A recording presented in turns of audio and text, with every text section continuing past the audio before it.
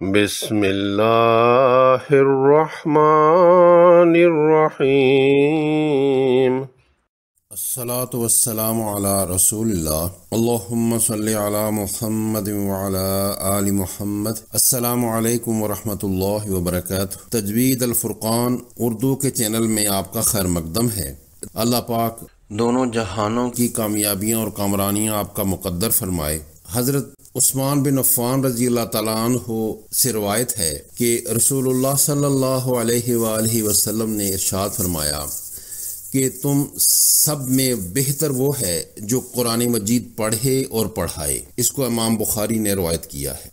آج کا سبق تجوید کے اہم قاعدہ اخفاء کے بارے میں ہے۔ نون ساکن اور تنوین کا یہ اہم قاعدہ ہے اور قرآن کریم میں سب سے زیادہ مرتبہ اسی قاعدے کا اطلاق ہوتا ہے۔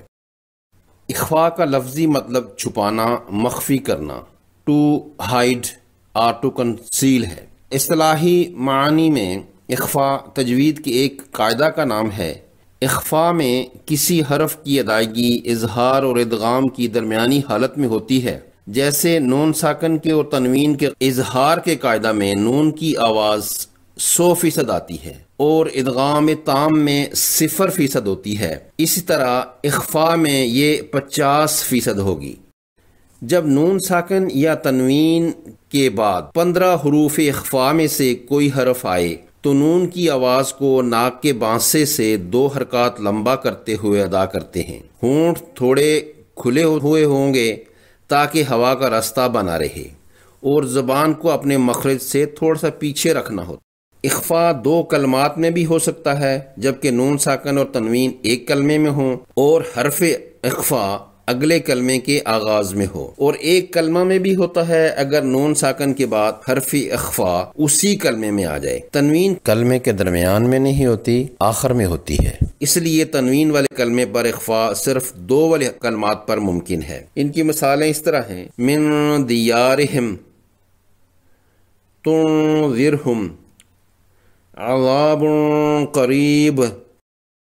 اخفاء کیسے کرنا ہوتا ہے؟ نون کی آواز کو چاہے نون ساکن سے آئے یا تنوین سے ناک کے بانسے سے ادا کریں گے، جس کی مقدار 2 حرکات ہوگی۔ اسے اخفاء حقیقی کہتے ہیں۔ آپ کے ذہن میں یہ سوال پیدا ہوگا کہ ایسا تو غنہ کے لیے بھی کرتے ہیں اور وہ بھی 2 حرکات لمبا ہوتا ہے، تو پھر دونوں میں فرق کیا ہوا؟ جواب یہ ہے کہ نون کے غنہ کے لیے زبان کی نوک تالو سے چپک جاتی ہے، جبکہ اخفاء کے لیے زبان کے سرے کو نون کے مخرج سے تھوڑا سا پیچھے رکھنا ہوتا ہے، یا دوسرے الفاظ میں ایسا کہہ لیں کہ غنہ میں زبان کا سرا تالو کو زور سے دبا رہا ہوتا ہے، جبکہ اخفاء میں زبان تالو کے قریب جاتی ہے مگر لگتی نہیں ہے۔ مزید وضاحت مثالوں کے ذریعے کریں گے۔ اگر کسی کی ڈیمانڈ ہوئی تو اس کے لیے ایک الگ ویڈیو بھی بنائی جا سکتی ہے کہ اخفاء اور غنہ کا فرق۔ عربی حروف تہجی میں سے 6 حروف حمزہ، ہا، حا، عین، خا اور غین حروف حلقی ہیں، جن کی نون ساکن اور تنوین کے بعد موجودگی سے اظہار کا قاعدہ لازم آتا ہے۔ یہ ہم پڑھ چکے ہیں۔ اس کے علاوہ 6 حروف یرملون، یا، را، میم، لام، واو اور نون، ان پر نون ساکن اور تنوین کا ادغام ہوتا ہے۔ یہ کل 12 ہوئے۔ ایک حرف با پر اقلاب کا قاعدہ لاگو ہوتا ہے۔ اس کے علاوہ الف کو ملا کر کل 14 حروف ہوئے۔ باقی کے 15 حروف پر نون ساکن اور تنوین کا اخفاء کرنا ہوتا ہے۔ یہ حروف ابجد کا ٹیبل ہے۔ اس میں 6 حروف حلقی نیلے رنگ میں ہیں، 6 حروف یرملون سرخ رنگ میں اور الف اور با گہرے پیلے رنگ میں ہیں۔ باقی کے 15 حروف جو کہ سفید رنگ میں ہیں وہ سارے حروف اخفاء ہیں۔ اس سکرین کے ٹیبل میں صرف حروف اخفاء کو الگ کر کے لکھا گیا ہے۔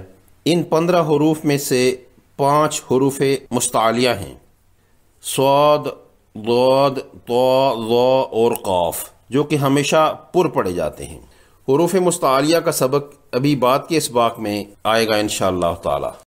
جس طرح اظہار کے قاعدہ کو سمجھنے کے لیے ہم نے اردو کی مثالوں کو بنیاد بنایا تھا، اخفاء کے قاعدے کے لیے بھی اردو کی مثالیں پیش ہیں۔ یہ 3 الفاظ اردو میں عام بولے جاتے ہیں اور ان کی مثل اور بھی بے شمار ہیں۔ ان کو پڑھیں اور نون کی آواز نکالتے ہوئے غور کریں۔ نون کی آواز اور خاص طور پر زبان کی پوزیشن یعنی کیفیت پر زبان نون کے مخرج سے پیچھے رہتی ہے اور ناک کے بانسے میں بنبناہٹ محسوس ہوتی ہے۔ یہی حالت اخفاء میں بھی ہونی چاہیے۔ فرق یہ ہے کہ اخفاء میں اس کو 2 حرکات کے بقدر لمبا کرنا ہوتا ہے۔ اخفاء کی مثالوں سے اس قاعدہ کی مزید وضاحت ہو جائے گی۔ حرف اخفاء معلوم کرنے کا طریقہ۔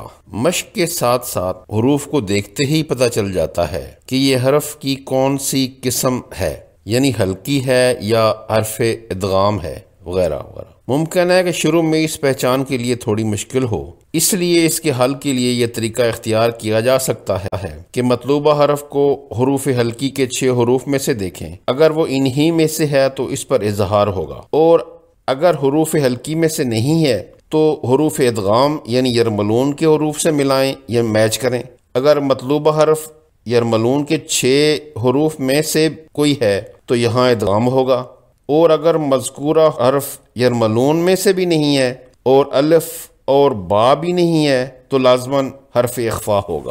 اخفاء کے ایک ایک حرف کی 2 مثالیں دی گئی ہیں، ایک حرف نون کی اور ایک تنوین کی۔ تنوین 2 زبر 2 زیر یا 2 پیش کسی کی بھی ہو سکتی ہے، سب کا ایک ہی قاعدہ ہے۔ اگر حرف اخفاء کوئی حرف مستعلیہ ہو تو زبان کی جڑ کو تالو کی طرف بلند کر کے اخفاء بھی پر پڑھنا ہوگا۔ مثالیں شروع کرتے ہیں۔ حرف تا کی، من تنزل، من نون کا اخفاء کیا ہے، اسے 2 حرکات کے برابر لمبا بھی کیا ہے۔